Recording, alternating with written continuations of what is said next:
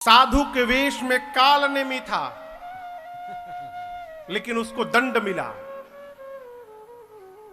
जामवंत जी रीछ है हो, हनुमान जी बानर हैं, लेकिन पूरे संसार में पूजनीय है। क्या है? वेश से पहले कर्म की प्रधानता है। हम उगरहि अंत न हो ही निबाहु, काल नेम जिमि रावण। रावण हो चाहे राहु हो चाहे काल नेमिया हो, यदि भेद खुल गया तो फिर उसका निर्वाह होने वाला नहीं है।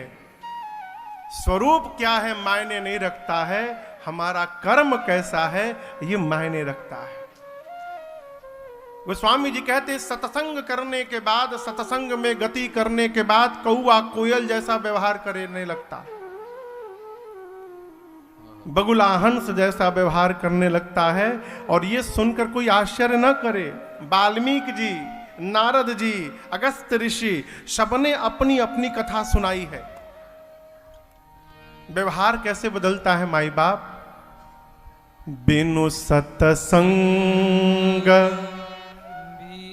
विवेक न होई, राम कृपा बिनु सुलभ न सोई। बिना सत्संग के विवेक जागृत होने वाला नहीं है। महाराज विद्यालय में विवेक नहीं है, विद्यालय में, क्षमा करिएगा, विद्यालय में जानकारी है। विद्यालय में जो प्राप्त हो रहा है वो विवेक नहीं है, जानकारी है। उस जानकारी का कहां प्रयोग करना है और कहां। ये जितने आताताई आतंकवादी हुए हैं, ये क्या अंगूठा छाप थोड़ी है। ये विवेक नहीं था, इसलिए पता नहीं चल पाया। विवेक कैसे प्राप्त होगा? केवल सत्संग में। और वो सत्संग कैसे मिलेगा? जब तक अनंत की कृपा नहीं होगी तब तक सत्संग मिलने वाला नहीं है। इसलिए कबीरदास जी कहते हैं, बार बार कहते हैं, सभी महापुरुष कहते हैं, संतन के संग लाग रे तेरी अच्छी बनेगी। संतन के संग लाग रे तेरी अच्छी बनेगी। संतन के संग लाग रे तेरी अच्छी बनेगी। राम चरण अनुराग रे, हाँ राम चरण अनुराग रे तेरी अच्छी बनेगी। संतन के संग लाग रे तेरी अच्छी बनेगी।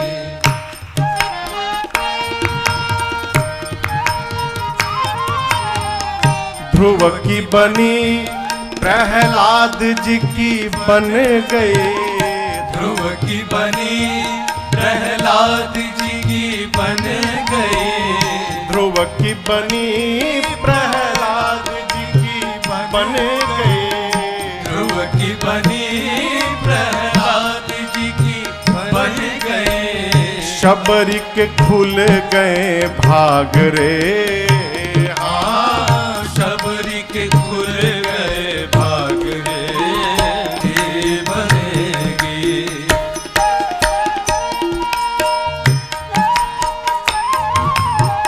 सुत बित लोक ईषणा तीनी। सुत बित लोक ईषणा तीनी। ईषणा चाह, तीन चाह है। सुत बित लोक, किसी को बेटा बेटी चाहिए, किसी को वित्त यानी रुपया चाहिए, और जिसके पास दोनों है उसको लोकेशना, उसको सम्मान चाहिए। सुत बित लोक ईषणा तीनी। सुत बित लोक ईषणा तीनी। इनको त्याग सके तो त्याग रे, हाँ त्याग सके तो त्याग रे तेरी अच्छी बनेगी, संतन के संग लाग रे, तेरी अच्छी बनेगी।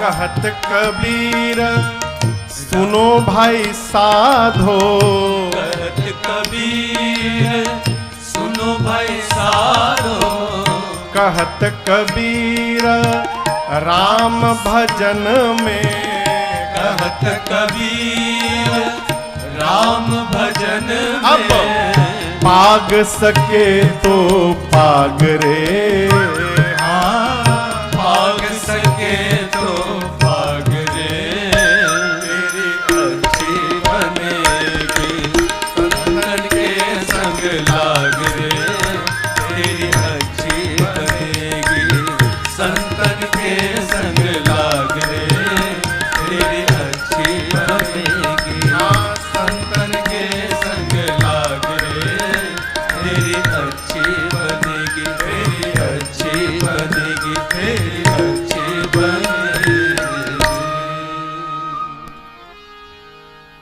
अरे जाग सके तो जाग रे, तेरी अच्छी बनेगी। चुगली करने से स्वामी जी पहले चौपाई में बंदाऊं गुरु पद पद्म परागा, बंदाऊं गुरु पद पद्म परागा, सुरुचि सुबास सरस अनुरागा, सुरुचि सुवास सरस अनुरागा, श्री गुर पद नख मणि गण ज्योति, श्री गुरु पद नख मणिगण ज्योति, सुमिरत दिव्य देशी, दिया होती सुमिरत दिव्य दृष्टि, दिया होती। मन के पांव के अंगुष्ठ में अंगूठे में जो नख है उसमें मणि के समान प्रकाश है, और उस प्रकाश का हृदय में स्मरण करने मात्र से हृदय में जो अंधकार फैला है, गुरुदेव भगवान के चरण के नख का प्रकाश हृदय के अंधकार को समाप्त कर देता है। सुमिरत दिव्य दृष्टि ही होती, हृदय में दिव्य दृष्टि की प्राप्ति होती। गुरु चरण रज की वंदना करने के बाद गोस्वामी तुलसीदास जी महाराज ने ब्राह्मण देवताओं की वंदना की, भूदेव की वंदना की, संत समाज की वंदना की। गोस्वामी तुलसीदास जी महाराज संत समाज को चलता फिरता प्रयाग कह रहे हैं। जो जग जंगम संत क्या है? चलते फिरते प्रयाग है। यदि उस प्रयाग में आपको स्नान करना हो, ये तो खरगड़ा नाम है ना, ये खरगड़ा गांव से निकल के पहले आपको डेहरी अनसोन जाना पड़ेगा, और डेहरी अनसोन से या तो 4 चक्का लिए तो सीधे हाईवे पकड़िए प्रयाग जाइए, ना तो डेहरी अनसोन से ट्रेन पकड़िए, ट्रेन से प्रयाग जाइए। अब प्रयाग में भी उतरने के बाद स्टेशन में संगम पर जाइएगा, तब आपको स्नान होगा। लेकिन संत ऐसे प्रयाग हैं जिनमें स्नान करने के लिए आपको कहीं जाना नहीं है। ये संत रूपी प्रयाग ही आपके गांव में आपके दरवाजे घूमते रहते हैं, जितना चाहे डुबकी लगा लो। जो जग जंगम तीर्थराज गोस्वामी जी कहते हैं, सब ही सुलभ सब दिन सब देसा, सब ही सुलभ, सबको सुलभ है। कब सुलभ है? सब दिन सुलभ है। कहां सुलभ है? सब देश में सुलभ है। परसों तक गाजीपुर में कथा गाएं, आज से खड़गड़ा गांव में कथा गा रहे हैं, 11 मार्च से जगन्नाथपुरी में कथा गाएंगे, और 22 मार्च से अमेरिका में जाके गाएंगे। आप बताओ, इहो देश में सुलभ है, उधरों सुलभ है। धरती के किसी भी कोने में आप चले जाइएगा, वहां आपको संत प्राप्त होंगे और वहां आपको भगवान की कथा प्राप्त हो जाएगी। ये महिमा है। इसलिए स्वभाव बनाइए। क्या स्वभाव बनाए महाराज? संतों के संग में बैठने का स्वभाव बनाइए।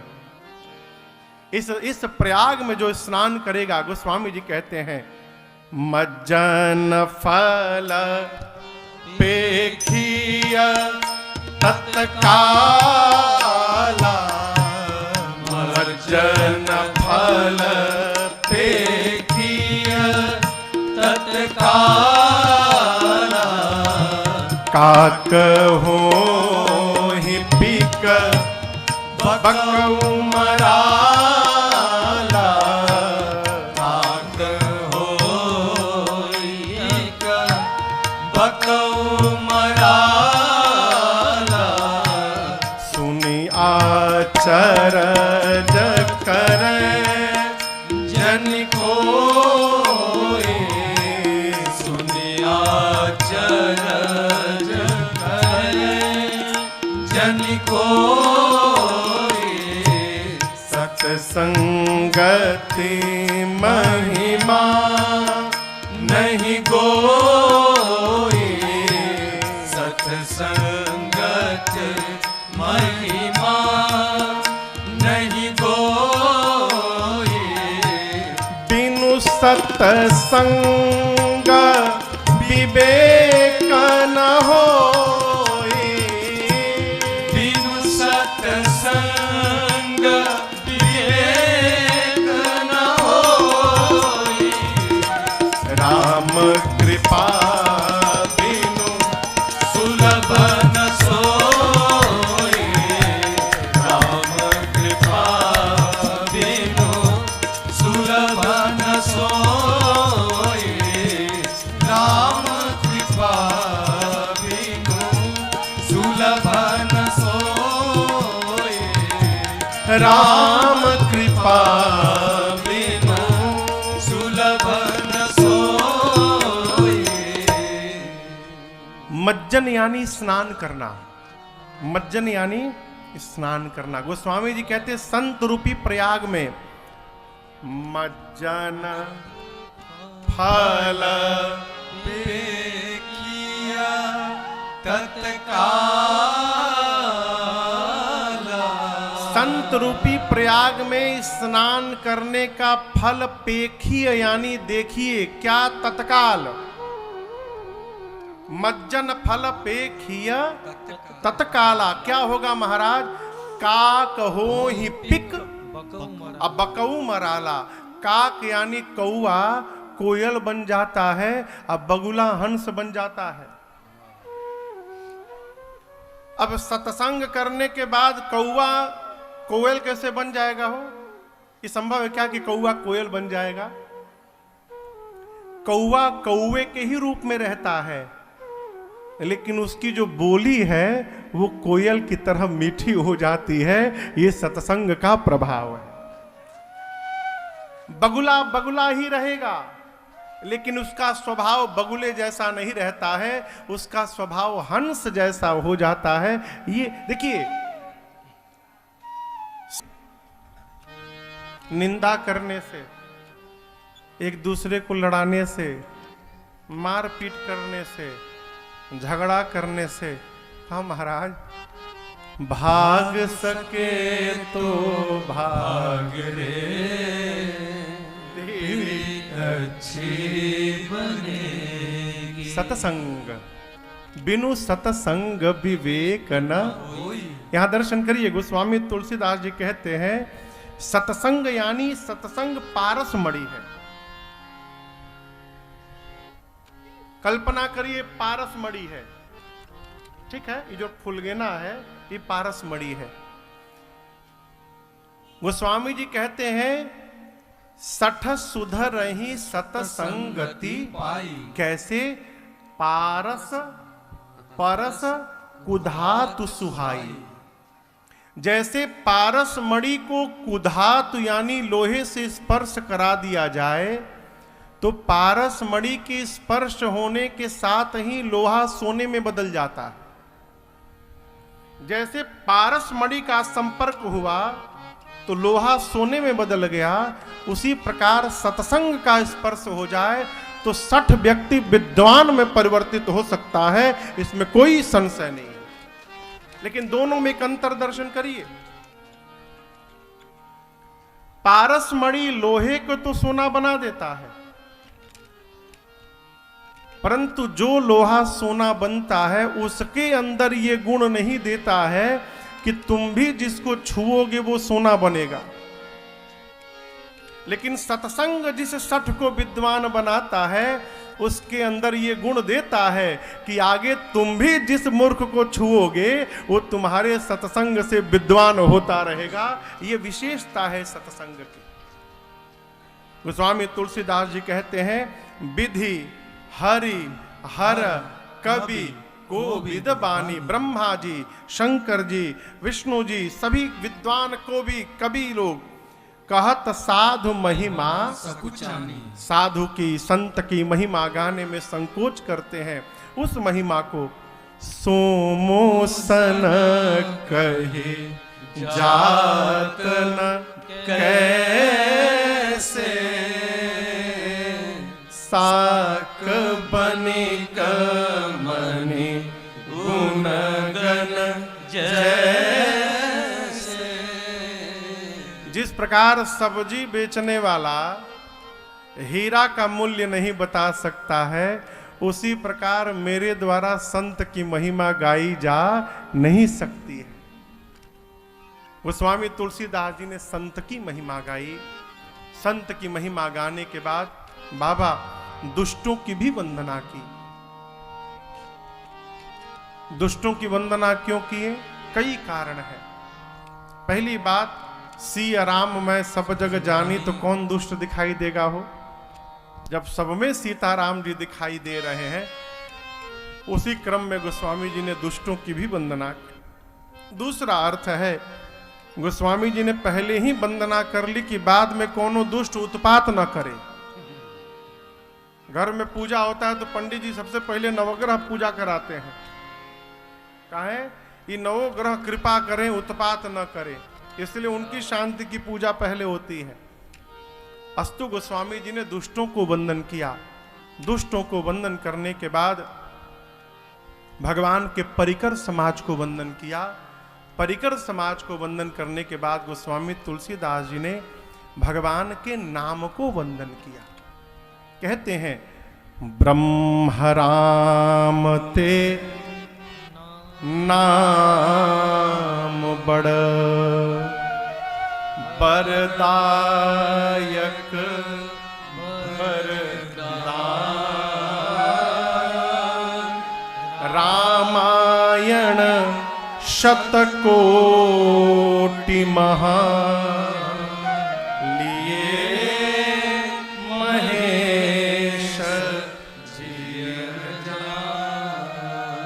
भगवान राम की महिमा गाते समय गोस्वामी तुलसीदास जी कहते हैं, जो राम जी ब्रह्म है, उन ब्रह्म राम से बड़ा उनका नाम है। ब्रह्म राम ते नाम बड़। क्यों? ये नाम बरदायक, ये नाम बर देने वाला है, श्रेष्ठ है। इसलिए भगवान शंकर 100 करोड़ रामायण में से इस नाम को बचा लिए अपने पास। वो शंकर भगवान जो रामायण लिखे थे उसमें 100 करोड़ श्लोक थे। रामायण शतकोटि अपारा। कितने श्लोक थे? 100 करोड़। तो शंकर भगवान के पास देवता, दैत्य और मनुष्य तीनों पहुंचे।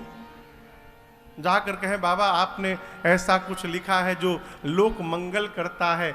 सुने बहुत ज्यादा लिखे हैं, तो थोड़ा थोड़ा हम लोग को यदि प्रसादी मिल जाए तो हम लोग का भी मंगल हो जाए। तो 100 करोड़ में से बाबा क्या किए? 33 करोड़ 33 करोड़ 33 करोड़ करके बांट दिए। 33 करोड़ दिए देवताओं को, 33 करोड़ दैत्यों को, 33 करोड़ मनुष्य को। बाबा के पास कितना बचा? 1 करोड़। जैसे 1 करोड़ बचा तो देवता बोले प्रभु आप अकेले हैं, 1 करोड़, इसमें भी गुंजाइश है बंटने का। बाबा बोले ठीक है चलो बांटता हूं। 33 लाख फिर बांट दिए। अब कितना बचा? 1 लाख। तो दैत्य बोले प्रभु देवताओं के कहने से बांट दिए, एक बार क्या हम लोग के कहने से नहीं बांट सकते प्रभु? 1 लाख है, आप अकेले हैं। बाबा बोले ठीक है चलो बांटता हूं। 33 हजार फिर बांटा। हाँ 33 हजार फिर बांटा। अब कितना बचा? 1000। मनुष्य बोले प्रभु इन दोनों के बाद हम लोग का नंबर आता है, 1000 है आपके पास, कृपा करिए थोड़ा बट जाए। शंकर भगवान बोली झंझटे क्षमा समाप्त करता हूं। तो 333 करके तीनों में बांट दिए। अब बाबा के पास 1 श्लोक बच गया। अब तीनों मिलकर बोलने लगे, देवता दैत्य मनुष्य, प्रभु कृपा करिए, आप तो गागर में सागर भरने की शक्ति रखते हैं, 1 श्लोक थोड़ा गुंजाइश हो बट जाए। तो कहते वो जो श्लोक था वो अनुष्टुप छंद का श्लोक था। उस अनुष्टुप छंद में 32 अक्षर होते हैं। तीनों मिलकर कहे प्रभु 32 अक्षर आपके पास हैं, इसको बांट दीजिए। तो शंकर जी 10-10 अक्षर वो भी बांट दिए। अब बाबा के पास 2 अक्षर बच गया, रा और म, बस 100 करोड़ बट गया, केवल 2 अक्षर बाबा के पास बचा है।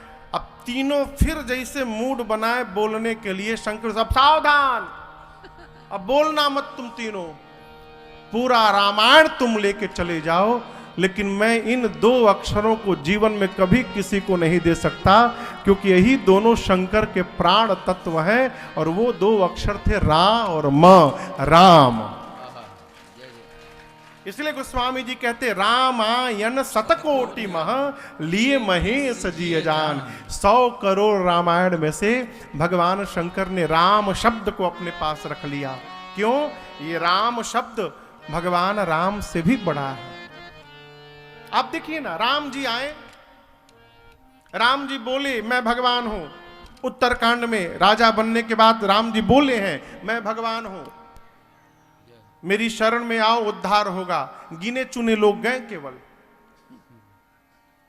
गिने चुने लोग। कौन कौन गया? जटायु जी गए, हनुमान जी गए, शबरी गई, सरभंग जी गए, सुतीक्षण जी गए। आप उंगली में गिन लीजिएगा कौन कौन गया।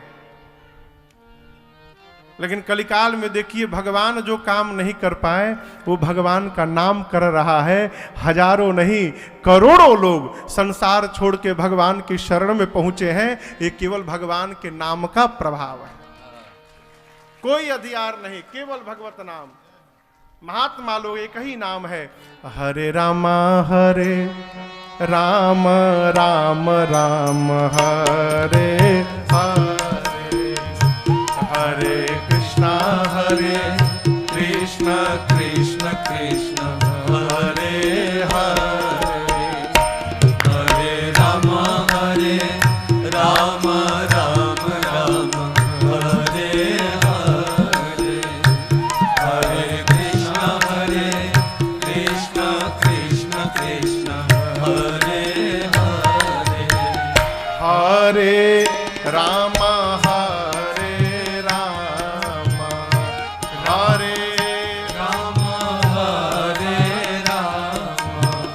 राम राम हरे हरे, राम राम हरे हरे, हरे कृष्ण कृष्ण हरे कृष्ण कृष्ण कृष्ण हरे हरे, कृष्ण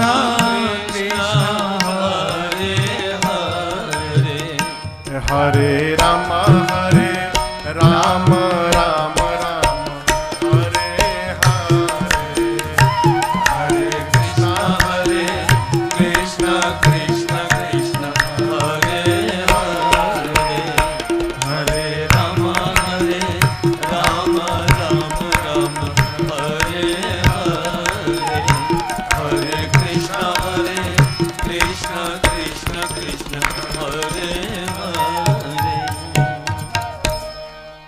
महामंत्र प्रयास करिए।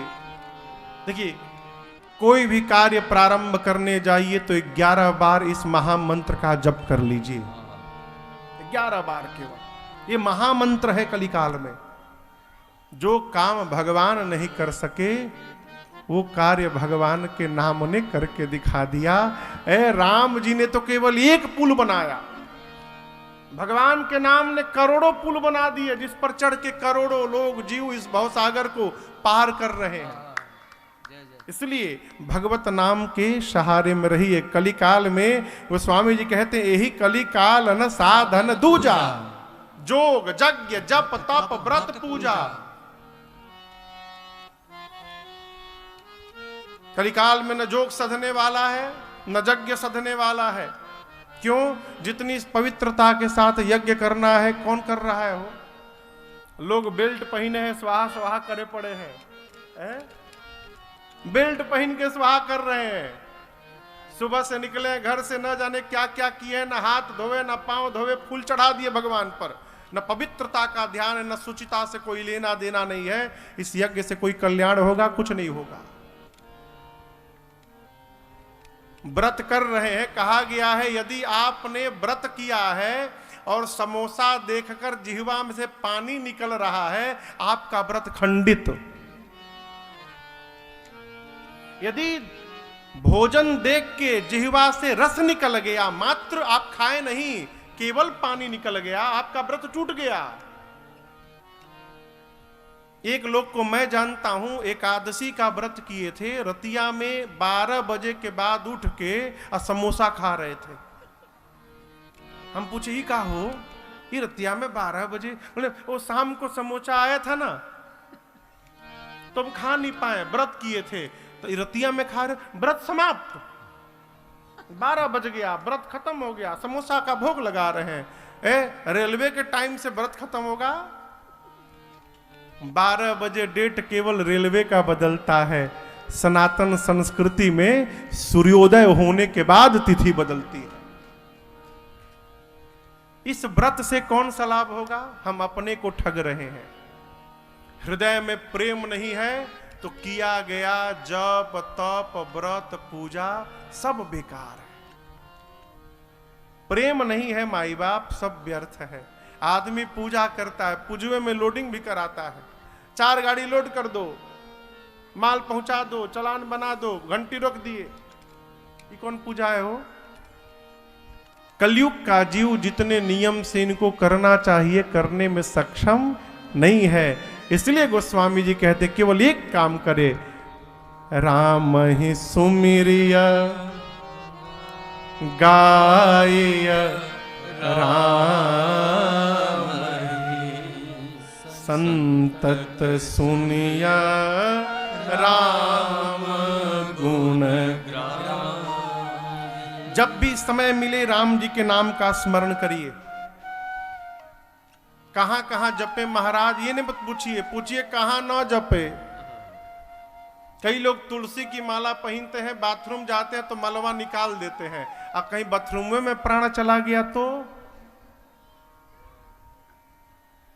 देखिए दुनिया के कई दीवार आप देखे होंगे जहां लिखा है यहां पेशाब करना मना है, यहां बैठना मना है, यहां थूकना मना है, यहां चिपकाना मना है, लिखा रहता है ना। लेकिन किसी दीवार पर दुनिया की ये नहीं मिलेगा कि यहां मरना मना है। कहीं भी मरा जा सकता है, कभी भी मरा जा सकता है। इसलिए तुलसी की माला दिन रात पहने रहिए हो। जिसके गले में तुलसी की माला हो शरीर पर और उसका प्राण निकल जाए, तो जैसे आप मंदिर में जाते हैं, ठाकुर जी का प्रसाद मिलता है, उसमें तुलसी दल पड़ा रहता है, तो आप ये नहीं देखते हैं कि प्रसदिया बढ़िया बा कि खराब बा, नीमन बा कि बाउर बा, ताजा बा कि बासी बा। तुलसी दल पड़ा है यानी ठाकुर जी का प्रसाद है, आप बिना कुछ देखे प्रणाम करके पा लेते हैं।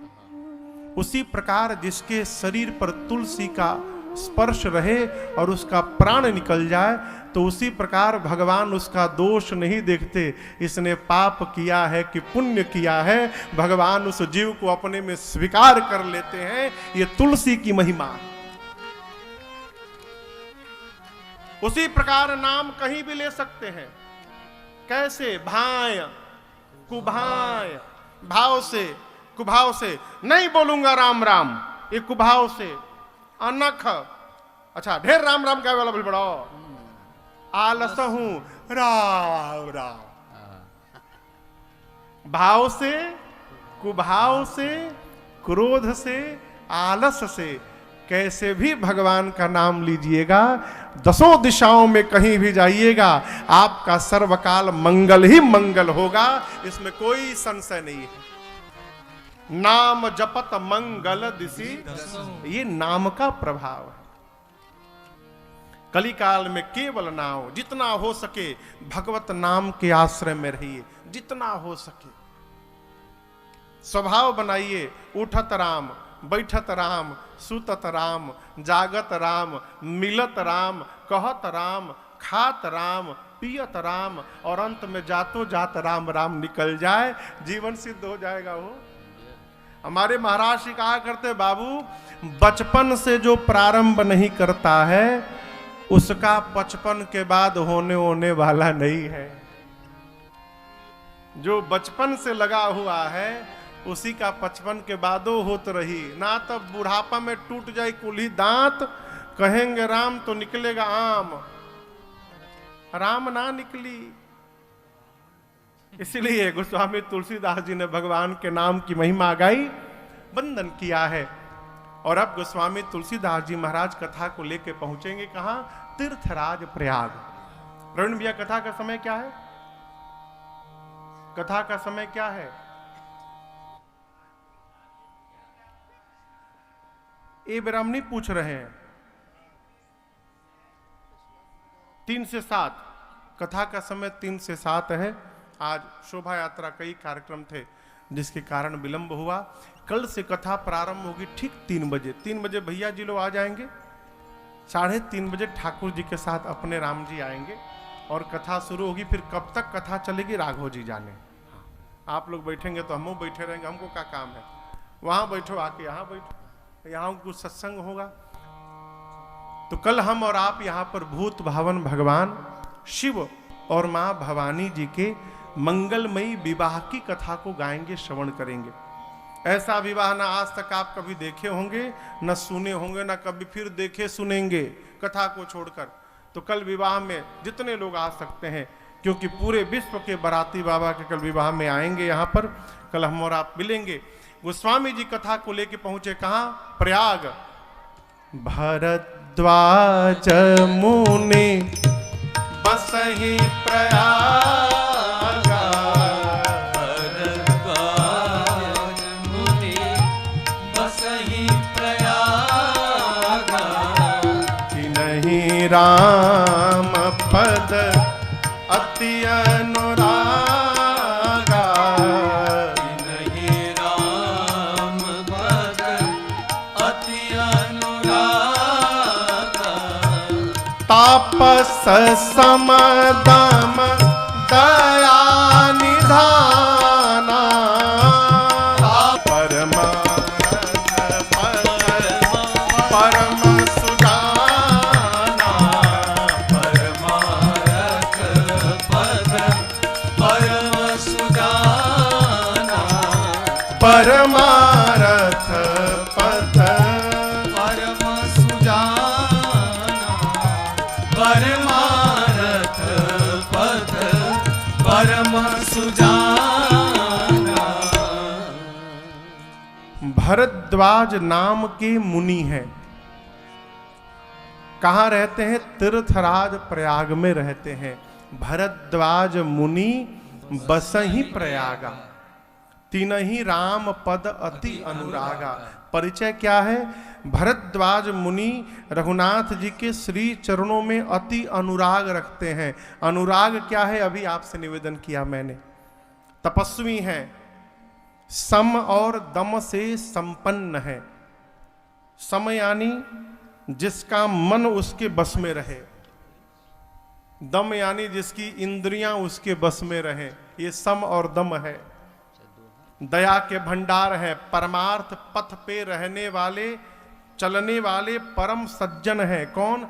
भरद्वाज ऋषि। आप में से कोई प्रयाग गया है? कब कब गए हैं? माघी मेला में कौन कौन गया है? माघी मेला में जो मकर संक्रांति के समय प्रयाग में मेला लगता है ना, हर साल, प्रत्येक वर्ष तीर्थराज प्रयाग में गोस्वामी जी कहते हैं, माघ मकर गत रवि जब होई। मकर संक्रांति के दिन भगवान सूर्य नारायण मकर राशि में प्रवेश करते हैं, इसलिए उस दिन का नाम है मकर संक्रांति। ठीक। मकर राशि के देवता हैं शनि महाराज। शनि महाराज सूर्य नारायण के पुत्र हैं।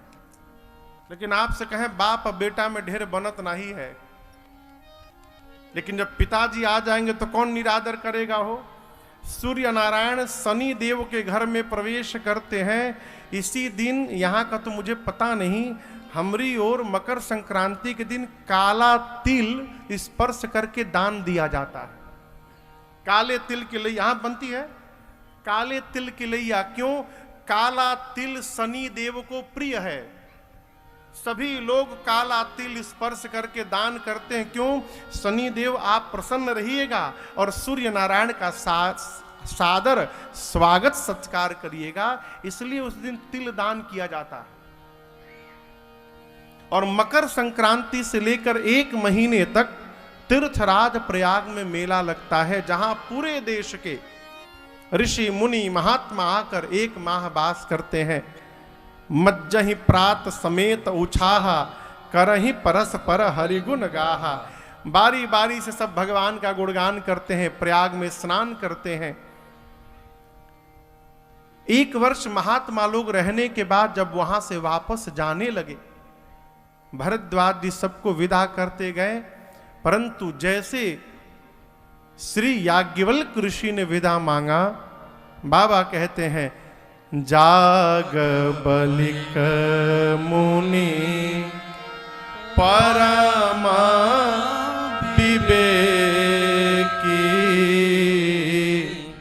भरद्वाज राखे पद टेके। भरद्वाज जी सबको विदा करते गए, परंतु जैसे श्री याज्ञवल्क्य जी विदा मांगने आए, भरद्वाज जी उनको चरणों को पकड़ के बैठ गए। कहे, प्रभु सब जा रहे हैं, आप न जाइए। आश्रम में लेकर आए, दिव्य आसन पर पधराएं, चरणों की पूजन किए, चरणों को पखारे और उसके बाद हाथ जोड़कर बैठ गए। याज्ञवल्क्य जी ने कहा, मुनिवर आपने मुझे क्यों रोका? भरद्वाज जी हाथ जोड़कर बोले, प्रभु नाथ एक संशय बड़ मोरे, करगत वेद तत्व सब तोरे। भरद्वाज जी कहते, प्रभु मेरे मन में एक संशय है और मैं ये भी जानता हूं कि मेरे संशय को आपको छोड़कर कोई समाप्त नहीं कर सकता है। याज्ञवल्क्य जी बोले, संशय है तो पूछिए। बोले, यही तो बात है, कहत सो मोहि लागत भय लाजा। आपके सन्मुख संशय प्रकट करने में मुझे भय लग रहा है और लज्जा आ रही है।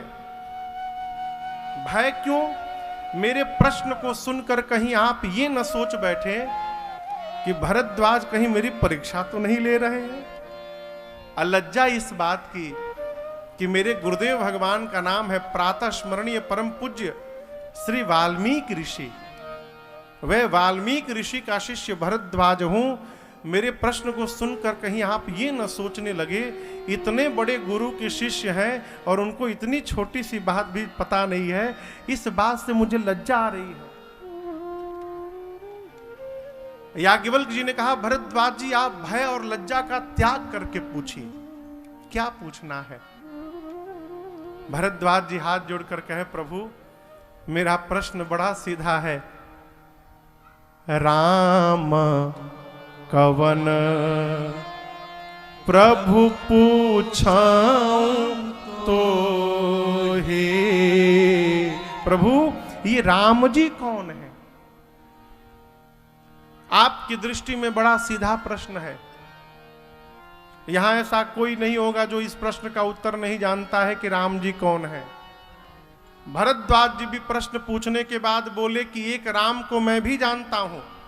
अयोध्या के महाराज दशरथ जी के पुत्र राम, जिनकी पत्नी का हरण हुआ, उनकी कीर्ति तीनों लोक में फैली है। राम जी को क्रोध आया, युद्ध में जाकर रावण को असमाप्त कर दिए। उन राम जी को मैं जानता हूं। लेकिन मेरा प्रश्न है, जिन राम जी को मैं जानता हूं, क्या शंकर जी भी उन्हीं राम जी का नाम जपते हैं? प्रभु सोई राम की अपर को जाहि जपत सत्य धाम सर्वज्ञ तुम कहु विवेक विचार। देखिए, भक्त और अभक्त, क्षमा करिएगा, टीका लगाने से कोई भगत नहीं होता। सरकार, राजन टीका लगाए हैं, चुटिया बढ़ा लिए हैं, तो हम भगत हो गए हैं। भ्रम में मत रहिएगा। ये सफेद कुर्ता 200 रुपया मीटर मिलत है हो, आप 2-3 मीटर लेके सिवा लेंगे। 5 महीना बाल ना कटवाई तो खूब बढ़िया बढ़िया चुटिया आपकी भी हो जाएगी। 1 रुपया के ललका 50 पैसा के पियर का लेके ठोक लीजिए, क्या भगत हो जाएंगे? भगत हो सकते हैं क्या? नहीं। भगत कौन? जिसके जीवन के प्रत्येक व्यवहार के केंद्र में परमात्मा दिखाई पड़े, वो जीव भक्त है।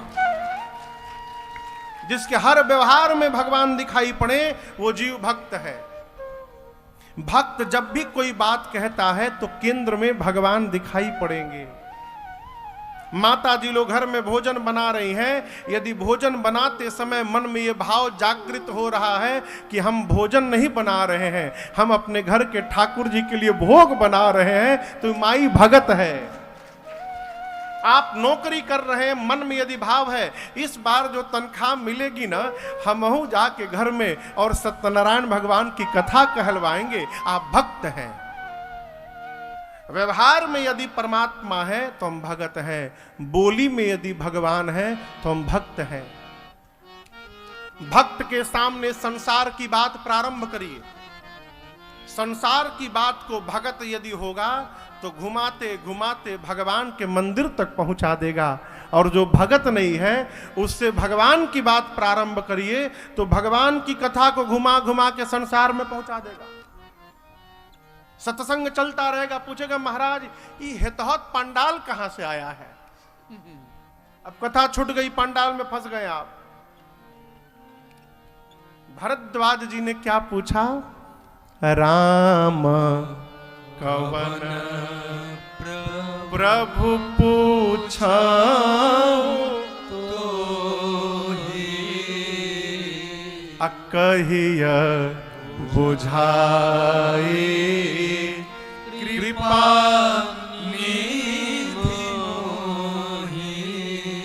कृपा निधि मोहि। प्रभु राम जी कौन है? जैसे भरद्वाज जी ने प्रश्न किया, उनकी प्रश्न को सुनकर याज्ञवल्क्य ऋषि मुस्कुराए। बाबा कहते हैं, जाग बलिक बोले मुस्काए, जाग बलिक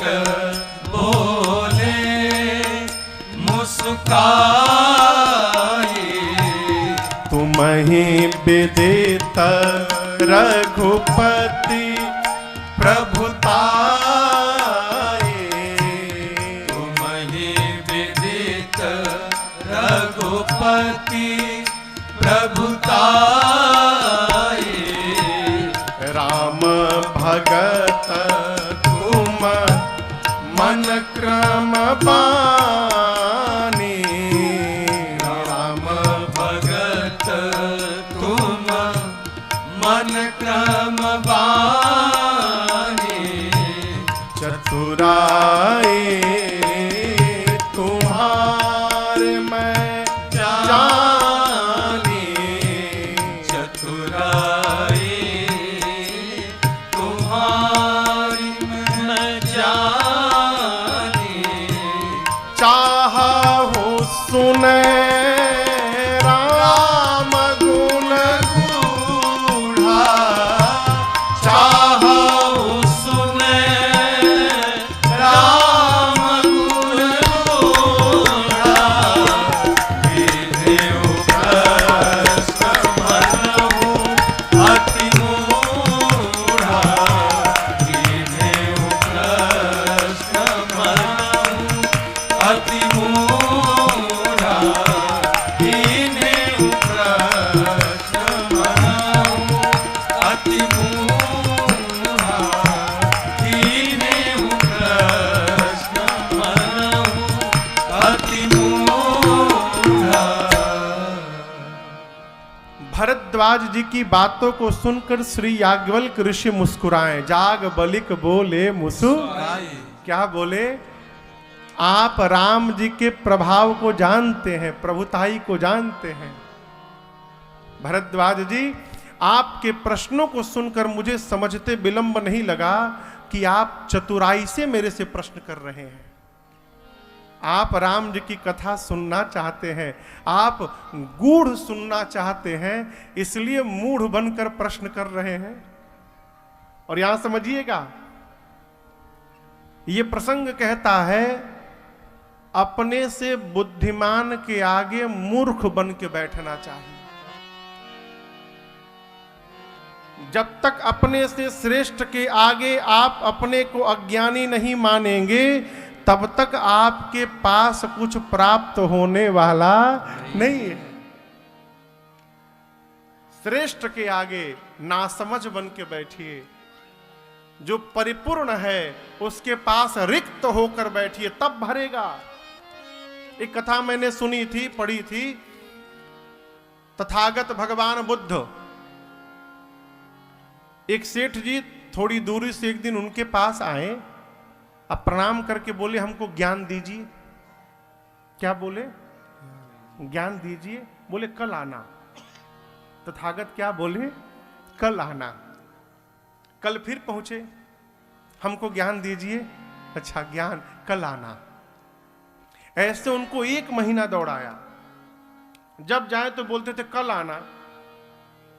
1 महीने बाद एक दिन सेठ जी अपना पूरा धैर्य खो दिए। अब बिगड़ पड़े, मजाक बना के रखा है कल आना कल आना। देना है कि नहीं देना? साहब बोलो। कल आना, रोज आता हूं 1 महीने से, कल आना। कितने बार आऊं यहां पर? बोले अच्छा ठीक है कल, लेकिन तुम मत आना। कल मैं तुम्हारे घर आऊंगा ज्ञान देने। कल तुम घर में ही प्रतीक्षा करना, मैं आऊंगा। लेकिन काम करना, खीर बना के रखना बढ़िया बढ़िया। पहले आके खीर खाऊंगा, उसके बाद तुमको ज्ञान दूंगा। सेठ बोला पक्का ना? एकदम पक्का, खीर बर्बाद नहीं होना चाहिए। बोला नहीं, जरूर आऊंगा। अब मेरे साथ 10-12 और लोग रहेंगे। सेठ गया, पूरा खीर बढ़िया केसर ओसर डाल के, मेवा डाल के बढ़िया खीर बनवाया। भगवान बुद्ध चले तो उनका जो पात्र था, जिस बर्तन में वो भोजन करते थे, रास्ते में से जो कूड़ा करकट मिलता गया उसमें भरते गए। सेठ के घर जाने के पहले पूरा बर्तन कचड़े से भर लिए, लबालब उसको दबा दबा के पूरा भर लिए। अपने शिष्यों के साथ पहुंचे सेठ के घर। सेठ ने माला पहनाई, स्वागत किया। बोले पहले खीर खिला दो, फिर ज्ञान देता हूं। सेठ खीर लेके पहुंचा, बोला बर्तन दीजिए अपना, तो वही कूड़ा करकट भरा हुआ बर्तन आगे कर दिया, बोले डाल दो। सेठ बोले दिमाग ठीक है, इसमें कचड़ा भरे उसमें कहां से खीर डाल दूं? नहीं नहीं इसी में डाल दो। बोला नहीं, इतने मेहनत से खीर बनाओ इसमें डाले, कचड़े में डालने के लिए? नहीं तो हमको इसी में खाना, इसमें डाल दो। अब भगवान बुद्ध बोले डालो, और बोले हम नहीं डालेंगे। ऐसे चला 5 मिनट। सेठ बोला ज्ञान देना है कि नहीं साहब बताओ। भगवान बुद्ध बोले तब से वही तो दे रहा हूं तुमको। जिस प्रकार कचड़े से भरे हुए पात्र में तुम खीर नहीं डाल पा रहे हो, उसी प्रकार तुम्हारे कचड़े से भरे हुए इस दिमाग में मैं ज्ञान कैसे डाल दूं? पहले जो तुम कचड़ा भरे उसको खाली करके तो आओ यहां पर। तुम तो पहले से भर के आए हो, द्वेष भरे हो, ईर्ष्या भरे हो, काम भरे हो, क्रोध से परिपूर्ण हो, लोभ भरे हो, जलन भरे हो। जब पहले से इतना विकार भरा हुआ है, ज्ञान कहां से डालूं? रिक्त होके आओ। चरणों को पकड़ लिया। ये प्रसंग कहता है अपने से विद्वान के आगे, श्रेष्ठ के आगे ऐसे बैठकर उनकी बातों को सुनने का स्वभाव बनाइए जैसे मानो जीवन में पहली बार सुन रहा हो। याज्ञवल्क्य ऋषि कहते हैं भरद्वाज जी मैं आपकी चतुराई समझ गया। आप रघुनाथ जी की गूढ़ कथा सुनना चाहते हैं, इसलिए मेरे से आप मूढ़ बनकर प्रश्न कर रहे हैं। चाहु सुने राम गुण गूढ़ा। आप राम जी की गूढ़ कथा सुनना चाहते हैं। आपकी इस चतुराई को मैं जान गया। चतुर कौन? वर्तमान समय में जो किसी को ठग ले, ए बहुत चतुर आदमी है, बच के रहना। ये चतुर नहीं है, महामूर्ख है। कोई आदमी किसी को नहीं ठगता, सब अपने आप को ठग रहे हैं। अब जैसे कल्पना करिए आप किसी को बुला के ठग लीजिए तो एक ही बार ना ठगिएगा, अगली बार तो नुकसान आपका हुआ कि उसका हुआ। कोई किसी को नहीं ठगता माई बाप, सब अपने आप को ठग रहे हैं। चतुर कौन है माई बाप? जो जीवन के व्यस्त समय में भी भगवान का नाम लेने का समय निकाल ले, वो चतुर आदमी है। कितनी भी व्यस्तता हो उसमें भगवत दर्शन करने का यत्न बना ले, वो चतुर आदमी है। चतुर सूर्यो मणि ते जग माही, जे मणि लाग सुजतन कराही। उत्तरकांड में बाबा कहते हैं, याज्ञवल्क्य जी कहते हैं चतुराई तुम्हारी मैं आपकी चतुराई समझ गया। आप भगवान की गूढ़ कथा सुनना चाहते हैं? याज्ञवल्क्य जी बोले भरद्वाज जी जैसे आपने प्रश्न किया ना, उसी प्रकार एक बार पार्वती जी ने भी प्रश्न किया था। तो पार्वती जी ने क्या किया, उस प्रसंग को तो मैं बाद में सुनाऊंगा। बीच में एक दूसरी कथा सुनाता हूं। अब ये दूसरी कथा हम आपको कल सुनाएंगे।